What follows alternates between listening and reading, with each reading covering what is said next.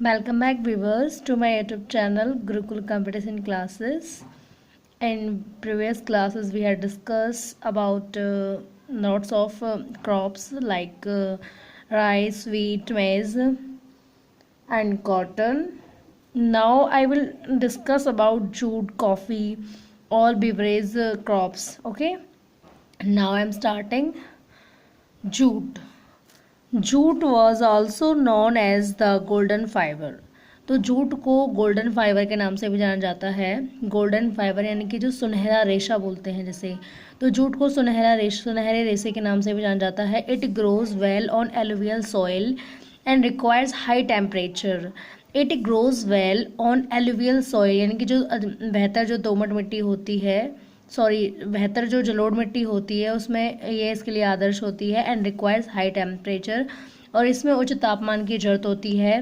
Heavy rainfall, भारी वर्षा, and humid climate, साथ ही जो नमी वाला जलवायु होती है वो इसके लिए ज़रूरत होती है। ठीक है, तो ये किस तरीके की जलवायु में पनपता है? मिट्टी तो इसे चाहिए, एलुवियल सॉइल चाहिए, जलोढ़ मृदा चाहिए, साथ ही हाई टेम्परेचर में पनपता है, और हैवी रेनफॉल, भारी वर्षा होनी चाहिए, और साथ ही जो क्लाइमेट होगा वो कैसा होना चाहिए?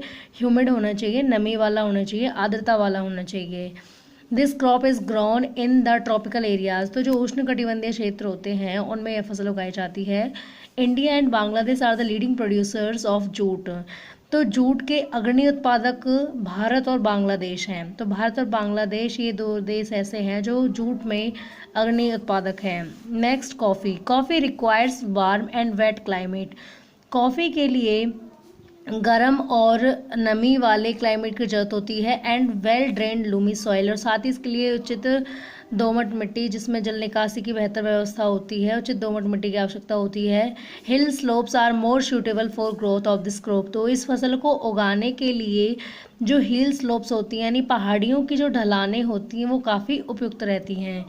Brazil is the leading producer followed by Colombia and India. तो Brazil is the leading producer. Coffee के मामले में कॉफ़ी के क्षेत्र में सबसे ज़्यादा अग्रणी उत्पादक ब्राज़ील है, और साथ में कोलंबिया और इंडिया भी कॉफ़ी के क्षेत्र में अग्रणी उत्पादक हैं, परंतु सबसे ज़्यादा उगाई जाती है ब्राज़ील में, उसके बाद कोलंबिया और इंडिया का स्थान है।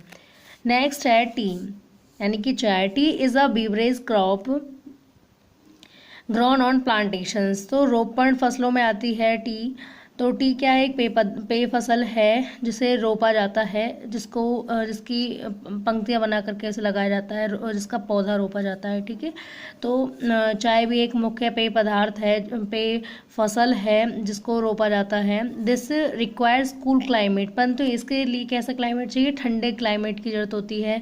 And well distributed high rainfall through out the year for the growth of its tender leaves, और साथ ही well distributed high rainfall.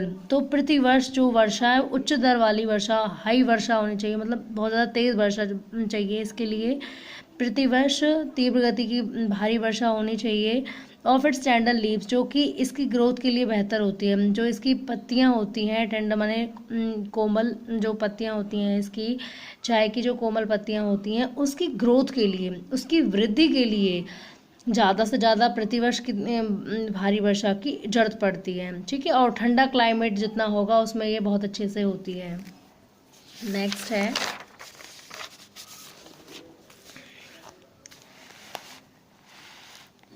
It needs well drained Lumi soils. तो इसके लिए दोमट मिट्टी की जरूरत होती है। एंड जेंटल स्लोप्स, और साथ ही इसे हल्की ढलानों पर उगाया जाना चाहिए। Labour in large number is required to pick the leaves, और पत्तियों को उठाने के लिए भारी मात्रा में इसमें श्रम की जरूरत होती है। Kenya, India, China, Sri Lanka produce the best quality T in the world. तो विश्व में बेहतर क्वालिटी की जो चाय उत्पन्न करते हैं उनमें केन्या, इंडिया, चाइना, श्रीलंका जैसे देश हैं। Now we will discuss about agricultural development यानी कि कृषि संबंधी विकास। Agriculture development refers to efforts made to increase farm production in order to meet the growing demand of increasing population. आप सभी को पता है कि करंट सिचुएशन में, मॉडर्न पीरियड में जो पॉपुलेशन है वो दिन पे दिन बढ़ती जा रही है। ठीक है, तो बढ़ती हुई जनसंख्या की मांगों को पूरा करने के लिए कृषि का विकास भी जरूरी है। और कृषि का विकास करने के लिए बड़े बड़े फार्म में क्या किया जा रहा है, प्रोडक्शन को इंक्रीज किया जा रहा है, प्रोडक्शन को बढ़ाने के प्रयास किए जा रहे हैं। This can be achieved in many ways such as increasing the cropped area. और इस तरीके से ये जो डेवलपमेंट है किस तरीके से प्राप्त किया जा सकता है, बहुत तरीक़ों से प्राप्त किया जा सकता है। जैसे इंक्रीजिंग द क्रॉप्ड एरिया, जहाँ पे फसलें उगाई जाती हैं जिन क्षेत्रों में, उस क्रॉप्ड एरिया को बढ़ा करके। The number of crops grown, और बहुत सारी मात्रा में फसलों को उगा करके। इम्प्रूविंग इरीगेशन फैसिलिटीज़, साथ ही सिंचाई व्यवस्था में सुधार करके। यूज़ ऑफ फर्टिलाइजर्स, उर्वरकों या कीटनाशकों का प्रयोग करके। And high yielding varieties of seeds, और जो बीजों की उच्चतम क्वालिटी के जो बीज होते हैं उनका प्रयोग करके। ठीक है, तो इस तरीके से बहुत सारी मात्रा में हम प्रोडक्शन को जो है इंक्रीज़ कर सकते हैं, और साथ ही एग्रीकल्चर का डेवलपमेंट भी हो सकता है। Mechanisation of agriculture is also another aspect of agricultural development. तो कृषि संबंधी विकास का एक अन्य पहलू कृषि का मैकेनाइजेशन यानी मशीनीकरण करना भी है। The ultimate aim of agricultural development is to increase food security. The ultimate aim of agriculture development, साथ ही कृषि संबंधी विकास का एक मुख्य जो स्वाभाविक जो लक्ष्य है वो क्या है, फूड सिक्योरिटी को बढ़ाना है, यानी कि खाद्य सुरक्षा को बढ़ाना है। Agriculture has developed at different places in different parts of the world. विश्व के विभिन्न भागों में विभिन्न जगहों पर कृषि को विकसित किया जा चुका है। Developing countries with large population usually practice intensive agriculture. तो जो विकसित देश हैं अपनी विशाल जनसंख्या के साथ प्राय वो इंटेंसिव एग्रीकल्चर करती हैं, साथ गहन कृषि करती हैं। ठीक है, वे crops are grown on small holding mostly for subsistence. जहाँ पर एक छोटे से स्मॉल होल्डिंग मतलब छोटे से एरिया में जो है फसलें उगाई जाती हैं, मोस्टली फॉर सबसिस्टेंस केवल निर्वाह के लिए। ठीक है, जीवन निर्वाह के लिए एक छोटे से एरिया में फसलें उगाई जाती हैं इसके लिए। Larger holdings are more suitable for commercial agriculture. लेकिन जो बड़े पैमाने पर जो भूमि होल्ड की जाती है, बड़े पैमाने पर भूमि पर जब फसलें उगाई जाती हैं तो वो किसके लिए उपयुक्त रहती हैं, वो फसलें वो खेती कमर्शियल एग्रीकल्चर के लिए उपयुक्त रहती है, यानी कि वाणिज्यिक खेती के लिए उपयुक्त रहती है। जब हमें उसका ट्रेड करना हो, व्यापार करना हो, जब फसलों को बेचना हो तो यानी बड़े पैमाने पर हम क्या करते हैं, खेती करते हैं। ठीक है, इस तरीके की जो खेती होती है वो कहाँ प्रचलित है, यूएसए में है, कनाडा, ऑस्ट्रेलिया, कुछ एग्जाम्पल हैं देश जिनमें होती है खेती बड़े पैमाने पर। With the help of 2 case studies of farms, यानी कि खेती के बारे में 2 केस स्टडीज़ के माध्यम से हमें हेल्प मिल सकती है। With the help of 2 case studies, यानी कि 2 केस स्टडीज़ की मदद के जरिए ऑफ फार्म्स। तो ये 2 स्टोरीज दिखाई रहेंगी, एक इंडिया की और एक उसकी यूएसए की। ठीक है, तो उसमें हम समझेंगे किस तरीके से जो एग्रीकल्चर है हर कंट्री में अलग अलग तरीके से किस तरीके से डेवलप होता है। ठीक है, वन फ्रॉम इंडिया, एक इंडिया से, एंड अदर फ्रॉम यूएसए, दूसरी यूएसए से। Let us understand about the agriculture in the developing and a developed country. तो हम ये समझने का प्रयास करेंगे किस तरीके से जो खेती है, जो कृषि है, वो एक विकसित और विकासशील देश में किस तरीके से विकसित होती है। ठीक है, अ फार्म इन इंडिया। अब सबसे पहले इंडिया का पढ़ते हैं। There is a small village Adilabad in Ghazipur district of Uttar Pradesh. तो उत्तर प्रदेश के गाजीपुर जिले में एक गांव है Adilabad. Munnalal is a small farmer in this village. इस गांव में एक छोटा सा किसान रहता है Munnalal, who has farm land of about 1.5 hectare. तो जिसके पास 1.5 हेक्टेयर तक ज़मीन है। His house is in the main village, परंतु उसका जो घर है वो मुख्य गाँव में है। He purchases high yielding varieties of seeds from the market every alternate year. तो प्रति वर्ष वो क्या करता है, हाई यील्डिंग वेराइटीज़ यानी उच्च किस्म के गुणवत्ता वाले बीजों को मार्केट से खरीद कर लेकर आता है। द लैंड इज़ फर्टाइल, भूमि भी उपजाऊ है। And he grows at least 2 crops in a year. और वह एक वर्ष में 2 फसलें कम से कम उगा लेता है, कम से कम एक वर्ष में 2 फसलें उगा लेता है। विच आर नॉर्मली वीट और राइस, जिनमें सामान्य तौर पर गेहूँ होती है या चावल होती है। एंड पल्सेस, और दालें भी हो जाती हैं। The farmer takes advice of his friends and elders as well as government agricultural officers. तो किसान अपने मित्रों से सलाह लेता है, अपने बड़ों से सलाह लेता है, और साथ ही साथ जो गवर्नमेंट में जो कृषि संबंधी अधिकारी होते हैं उनसे भी खेती के मामले में क्या सलाह मशवरा लेता रहता है। He takes a tractor on rent for ploughing his field, तो अपने खेत की खुदाई के लिए या जुताई के लिए वो ट्रैक्टर को रेंट पर किराए पर लेता है। Though some of his friends still use traditional method, हालांकि यद्यपि उसके कुछ मित्र ऐसे भी हैं जो पारंपरिक पद्धति से अपने खेती करते हैं। पारंपरिक का मतलब अपने ब्लॉक्स के जरिए, अपने बैल के जरिए खेती करते हैं, हल वगैरह का इस्तेमाल करके। There is a tubewell in the nearby field, और पास के खेत में एक ट्यूबवेल भी है। Which he takes on rent to irrigate his field, और जिसके पानी का इस्तेमाल अपने खेत की सिंचाई के लिए करता है, तो वो रेंट पर ले लेता है उधर का पानी। ठीक है, next, Munnalal also has 2 buffaloes and few hens, Munnalal के पास 2 भैंसें हैं और कुछ मुर्गियां हैं। He sells milk in the cooperative store located in the nearby town, तो पास ही के टाउन में एक कोऑपरेटिव स्टोर है जहाँ पे वह अपना मिल्क बेचता है। He is a member of the cooperative society, और वह कोऑपरेटिव सोसाइटी का मेंबर भी है, सहकारी समाज का समिति का मेंबर भी है। Which also advises him on the type of fodder for his animals, तो जो उसे सलाह देते रहते हैं कि अपने जानवर के लिए उसे किस प्रकार का चारा उगाना चाहिए। Safety measures to protect the health of the livestock, साथ ही अपने पशुधन के स्वास्थ्य का किस तरीके से ख्याल रखना चाहिए, किस तरीके से उपाय करने चाहिए, तो वो भी उसकी सलाह देते हैं उसे। एंड आर्टिफिशियल इंसेमिनेशन, साथ ही किस तरीके से कृत्रिम रूप से बीजारोपण किया जा सकता है उनमें, तो इसके रिगार्डिंग उसे सलाह देते रहते हैं। All the members of the family help him in various farm activities, और फैमिली के जितने भी मेंबर्स हैं उसके सभी खेती में मदद करते हैं। समटाइम्स, कई बार he takes credit from a bank, कई बार वो बैंक से ऋण भी ले लेता है। और the agricultural cooperative society to buy HYV seeds and implements, साथ ही जो कृषि सहकारी समाज है उससे भी HYV सीड्स और उपकरण खरीदने के लिए हेल्प ले लेता है। ठीक है, तो HYV की फुल फॉर्म होती है हाई यील्डिंग वेराइटीज़, यानी कि वो जो उच्च किस्म की गुणवत्ता वाले जो बीज होते हैं वो। He sells his produce in the mandi located in the nearby town, पास ही में टाउन के पास में एक मंडी है, वहाँ पे अपना उत्पाद बेच देता है। Since majority of the farmers do not have lack storage facilities, since majority of the farmers do not have lack storage facilities, क्योंकि जो संख्या है किसानों की, उनके पास क्या है, इतनी सारी संख्या में किसान हैं, उनके पास सुविधा नहीं है कि वो अपने अनाज को स्टोर करके रख सकें। ठीक है, they are force to sell the produce even when the market is not favourable to them, तो इसलिए उन्हें मजबूरी में अपने उत्पाद को मार्केट में बेचना पड़ता है, चाहे उनके अनुकूल उन्हें कीमत ना मिले।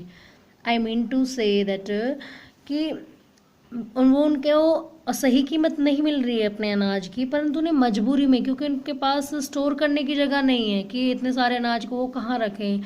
ठीक है, तो उनके पास जगह ना होने के कारण उन्हें अपना मजबूरी में अपना प्रोड्यूस को बेचना पड़ता है। ठीक है, मार्केट में, चाहे कीमत उसे कम ही क्यों ना मिले। ठीक है, इन रिसेंट ईयर्स, अभी हाल ही के वर्षों में, the government has taken some steps to develop storage facilities, तो भंडारण की सुविधा को विकसित करने के लिए सरकार ने भी कुछ स्टेप्स उठाए हैं।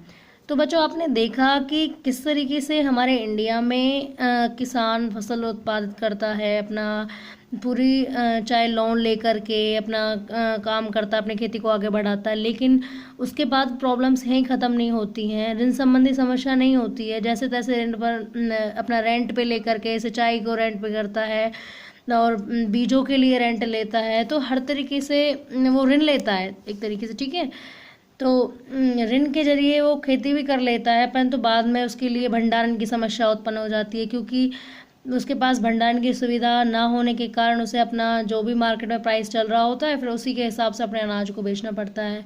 ठीक है, तो ये आपने देखा किस तरीके का मजबूरी हमारे यहाँ के किसानों को फेस करनी पड़ती है। अब एक बार USA का देख लेते हैं कि वहाँ पे क्या होता है किसानों का।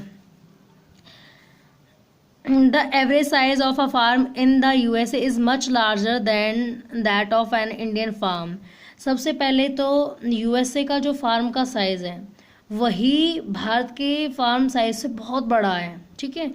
ए typical farm size in the US is about 250 hectares. तो जो यूएसए में जो फार्म का साइज होता है वो लगभग 250 हेक्टेयर तक होता है, ठीक है। और हमने अपने इंडिया में 1.5 पढ़ा था।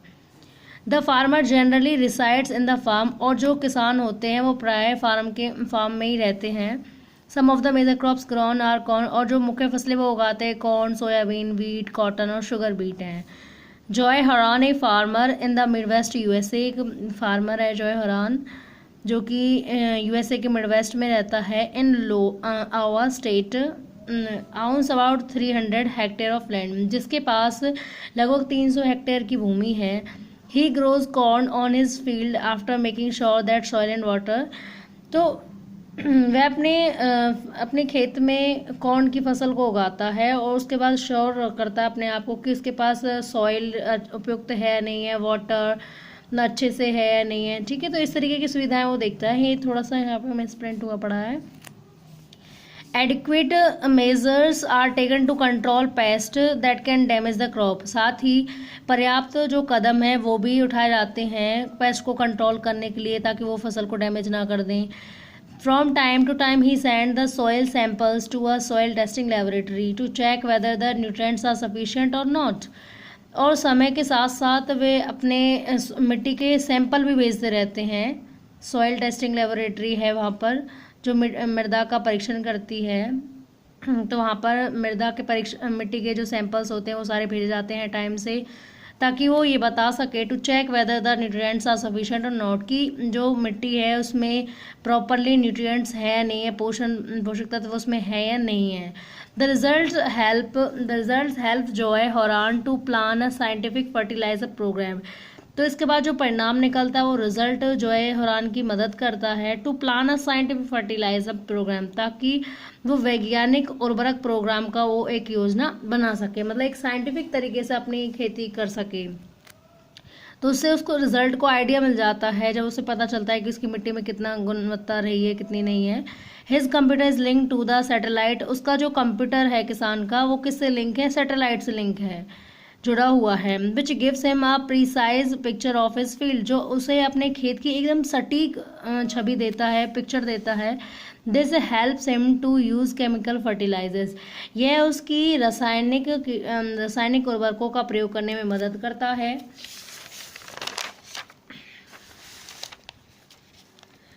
एंड पेस्टिसाइड्स और कीटनाशकों की भी wherever they are required, जहाँ कहीं भी जरूरत होती है कि कीटाणुनाशक और उर्वरकों यहाँ पर डालने की जरूरत है तो वहाँ पर वो डाल सकता है। ही यूजेस ट्रैक्टर का इस्तेमाल करता है। शी ड्रिल्स का लेवलर होता है, आपने देखा होगा, गांव के बच्चे तो जानते ही होंगे। लेवलर होता है मैज को बोलते हैं, ठीक है, जो मिट्टी को क्या कर देती है, एकदम बराबर कर देती है। जो ऊंची नीची जगह होती है मिट्टी की, कहीं कम कहीं ज़्यादा, तो उसको लेवल में लेकर आता है, लेवलर होता है। Combined harvester and thresher to perform various agriculture operation, साथ ही वो किसका हार्वेस्टर का यूज़ करते हैं, थ्रेसर का यूज़ करते हैं, जो भी कृषि संबंधी कार्य होते हैं इन उपकरणों का इस्तेमाल करते हैं। Grains are stored in the automated grain storage, इसी के साथ अनाज को स्टोर किया जाता है, भंडारण किया जाता है। ऑटोमेटेड ग्रेन स्टोरेज होता है, अपने आप ही स्वचालित एक अनाज भंडारण है, उसमें अनाज को स्टोर किया जाता है और डिस्पैच टू मार्केट एजेंसीज, और बाद में इसी को अलग करके मार्केट की एजेंसियों में भेज दिया जाता है। The farmer in USA works like a businessman, अब जो यूएसए का जो किसान है वो एक बिजनेसमैन की तरह काम करता है। And not like a peasant farmer, ना कि एक किसान की तरह, ठीक है, एक छोटे किसान की तरह। तो स्टूडेंट्स आपने देखा कि कितना ह्यूज डिफरेंस है इंडिया में और यूएसए में, ठीक है। हमारे यहाँ का किसान को ना तो उच्चतम किस्म के, ना तो टाइम पर हेल्प मिल पाती है, ना अवेलेबल हो पाते हैं, साथ ही साथ ना ही उनके जो प्रोड्यूस होता है, जो उत्पाद होता है, उसकी उचित कीमत मिल पाती है। यही कारण होता है कि लाखों किसान आत्महत्या करने के लिए मजबूर हो जाते हैं। हमारे यहाँ पे आज के टाइम में, प्रेजेंट टाइम में भी किसानों की स्थिति इतनी ज़्यादा ख़राब है, ये हालात किसी से छुपाए नहीं छुपे हुए हैं, ठीक है स्टूडेंट्स। तो इस चीज़ से हमें आइडिया लग सकता है कि वो लोग कितना डिजिटलाइज हो चुके हैं, अमेरिका के लोग, वहाँ का किसान भी कितना डिजिटलाइज हो चुका है, और हमारे यहाँ के किसान अभी भी कितना पीछे है।